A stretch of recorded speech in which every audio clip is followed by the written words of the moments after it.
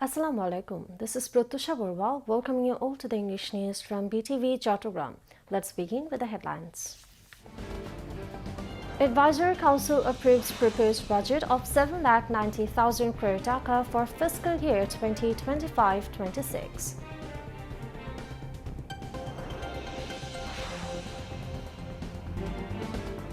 BNP files case against fascist Sheikh Hasina and 19 others for holding first one-sided and controversial election violating constitution.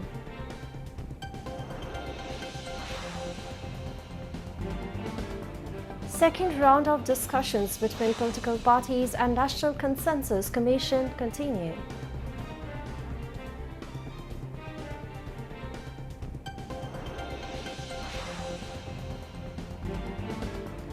National Citizens Party (NCP) applies for registration with Election Commission.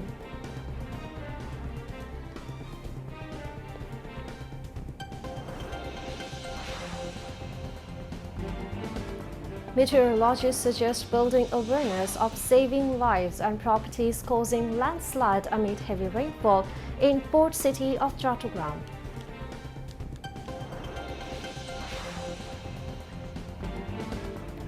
United States carried out attacks on 3 nuclear sites in Iran as conflict between Israel and Iran enters second week.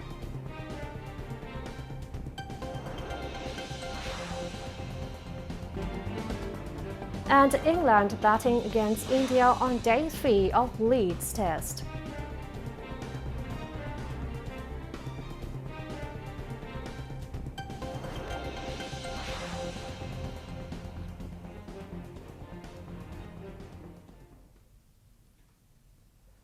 Viewers, those were the headlines, and moving on to the details.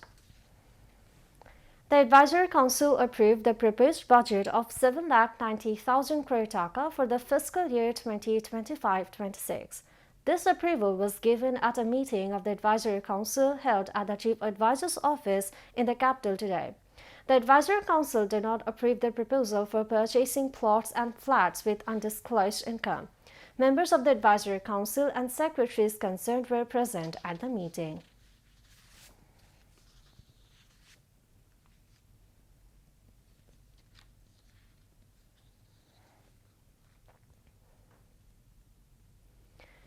BNP filed a case against fascist Sheikh Hasina and 19 others at the Shirbangal Nagar police station in the capital for holding a farcical, one-sided and controversial election violating the constitution.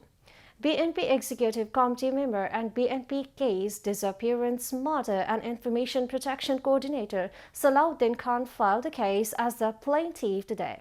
Shirbangal Nagar police station officer in charge Imaul Haq told reporters that 19 people, including ousted former Prime Minister Sheikh Hasina, the 3 former chief election commissioners of the 10th, 11th and 12th National Parliament elections, other commissioners and secretaries and many others were named as accused in the case.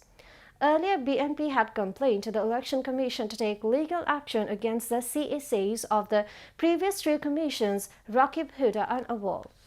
The application in this regard, signed by BNP Secretary General Mirza Fakhrul Islam Alamgir, was submitted to the Chief Election Commissioner M.M. Nasruddin at the election building in the capital. A BNP delegation led by BNP Executive Committee member and BNP case disappearance, murder and information protection coordinator Salahuddin Khan submitted the complaint to the CSA. Later, while briefing the protest, BNP leader Salahuddin Khan said, despite repeated complaints regarding the 3 controversial elections, the then CAC and those concerned did not take any action. The complaint has been submitted to the present Election Commission to take legal action in this regard. The 5th day of the second round of the discussions between the political parties and the National Consensus Commission was held after a 2-day break due to the weekend. The important discussion meeting held at the Foreign Service Academy in the capital was presided over by the Vice Chairman of the Commission, Professor Ali Riaz. Representatives of 30 political parties including BNP, Jamaat-e-Islami, NCP, Islami Andolon, Nagorik Oiko, CPB, Biplobi Workers Party and Ganoshanghati Andolon participated in the discussion. In his welcome speech at the meeting, Vice Chairman of the National Consensus Commission, Professor Ali Riaz, said, "They have many shortcomings. It is possible to reach a consensus if everyone is sincere and respectful." At this time, he sought the cooperation of the political parties to implement the July Charter in a short time. The unresolved issues of the last 4 days of discussing were discussed in the meeting. The Bangladesh Navy's summer presidential parade was held in Chattogram. A total of 50 new officers, including 44 midshipmen of the 2022 B batch and 8 district entry officers of the 2025 A batch, were commissioned for a parade at the Bangladesh Naval Academy today. Chief of Army Staff General Waqar inspected the parade as the chief guest and took the salute. After inspecting the parade, the Army Chief presented medals to the meritorious trainees in various fields. Later, the newly commissioned officers formally took the oath of protecting the independence and sovereignty of the country. At the ceremony, the Army Chief said, in keeping with the progressive world of the 21st century, the Bangladesh Navy is playing an important role in protecting the sovereignty of the maritime border, protecting maritime resources, suppressing crime at sea, and maintaining good governance. The Army Chief instructed the new officers to be always ready to protect the country's sovereignty, strengthened by the spirit of honesty, proper leadership, and self-sacrifice. The parade was attended by senior officers of the Army, Navy, and Air Force, senior government officials, local dignitaries, and guardians of the newly commissioned officers. National Citizens Party (NCP) submitted application for registration with Election Commission. The NCP delegation submitted the application for registration with the Election Commission today. The new member secretary Akhtar Hussain said, "The NCP fulfilled all the obligations of the party's district appraisal committee's office and member forms." On the question of the election symbol, he said they have basically decided on 5 to 6 symbols. Meanwhile, today is the last day for the EC to receive applications for registration of new political parties ahead of the upcoming 13th National Parliament elections. The increased rainfall at the start of monsoon season in Chittagong has heightened the risk of landslides for residents living in the foothills. Meteorologists are advising those in vulnerable areas to be extra cautious during heavy rain events. The situation is further exacerbated by the continued hill cutting in the area. The increased rainfall and existing hill cutting activities in Chittagong have created a dangerous combination, making landslides more likely, especially in areas with steep slopes. The foothills of Chittagong, where many people live, are particularly susceptible to landslides during heavy rain.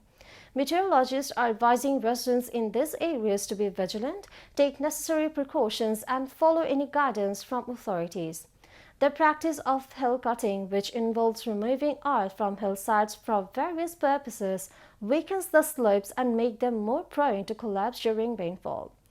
Authorities and organizations are urging the public to be prepared and take steps to protect themselves and their properties, including relocating to safer areas if necessary.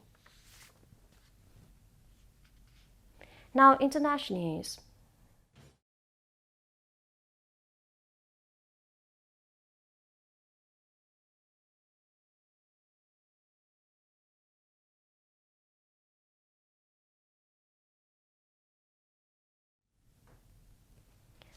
The United States has carried out attacks on 3 nuclear establishments in Iran as the attack and counterattack enter into second week.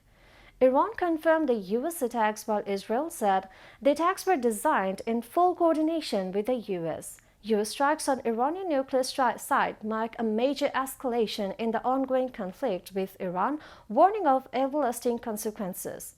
Details in Probit Borwa's report.